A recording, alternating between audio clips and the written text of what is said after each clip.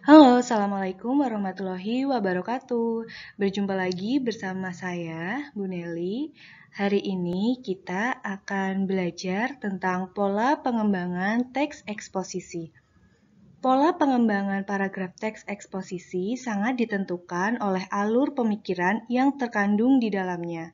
Berdasarkan teknik pengembangan gagasan utama menjadi gagasan penjelas, paragraf dalam teks eksposisi memiliki jenis pola pengembangan sebagai berikut.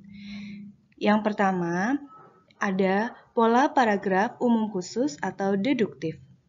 Paragraf ini dikembangkan dengan memosisikan gagasan utama pada kalimat utama yang terletak di awal paragraf. Kemudian diikuti beberapa gagasan penjelas atau kalimat penjelas. Gagasan utama tersirat pada kalimat utama dengan ciri berupa pernyataan yang bersifat umum. Gagasan utama dikembangkan lebih lanjut ke dalam beberapa kalimat penjelas disertai fakta, bukti, atau contoh pendukung. Perhatikan contoh berikut. Pencemaran udara dari pabrik baja itu tidak hanya terjadi pada tahun ini. Sejak beberapa tahun yang lalu, pencemaran itu sudah meresahkan warga. Sudah banyak pihak yang mengingatkan agar keberadaan pabrik baja itu jangan sampai mencemari lingkungan sehingga membahayakan penduduk sekitar. Namun permasalahan ini tak kunjung tuntas dan mendapatkan solusi.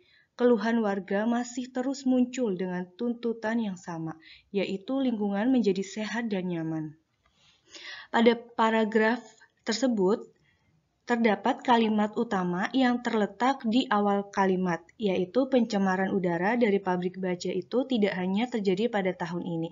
Maka pada paragraf ini disebut sebagai paragraf deduktif. Yang kedua ada pola paragraf khusus umum atau induktif. Paragraf ini dikembangkan dengan cara menguraikan data empiris berupa fakta, bukti, atau alasan sebagai gagasan penjelas pada awal paragraf dan diakhiri kesimpulan berisi gagasan utama pada bagian akhir. Perhatikan contoh berikut. Warga desa dapat menahan diri dari sikap reaktif emosional. Mereka berusaha meredam ego masing-masing dengan menjunjung tinggi kepentingan publik.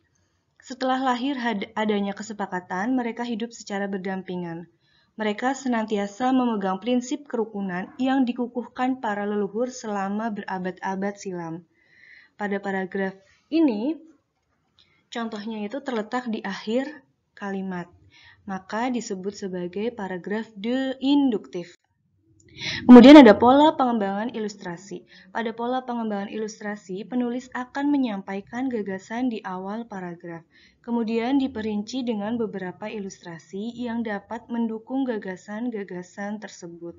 Ilustrasi ini berupa data penguat yang berasal dari pengalaman atau pengamatan menulis.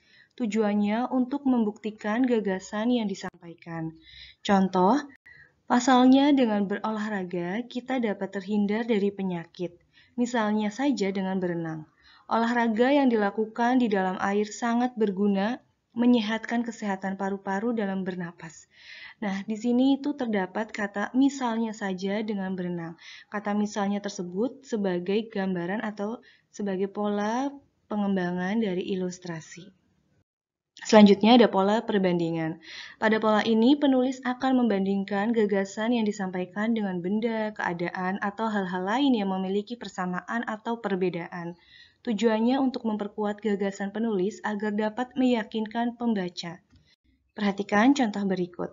Susu kedelai dikenal sebagai sumber protein, tetapi kandungan protein pada susu kedelai jauh lebih kecil dibandingkan dengan susu sapi. Menurut sebuah sumber, kandungan protein pada susu kedelai adalah sebesar 6,73 gram, lebih kecil dibanding susu sapi yang proteinnya sebanyak 8,2 gram. Nah, di sini pada paragraf ini terdapat kata dibandingkan, di mana pada pola ini sebagai pola perbandingan. Oke, sekian dari saya. Terima kasih dan sampai jumpa.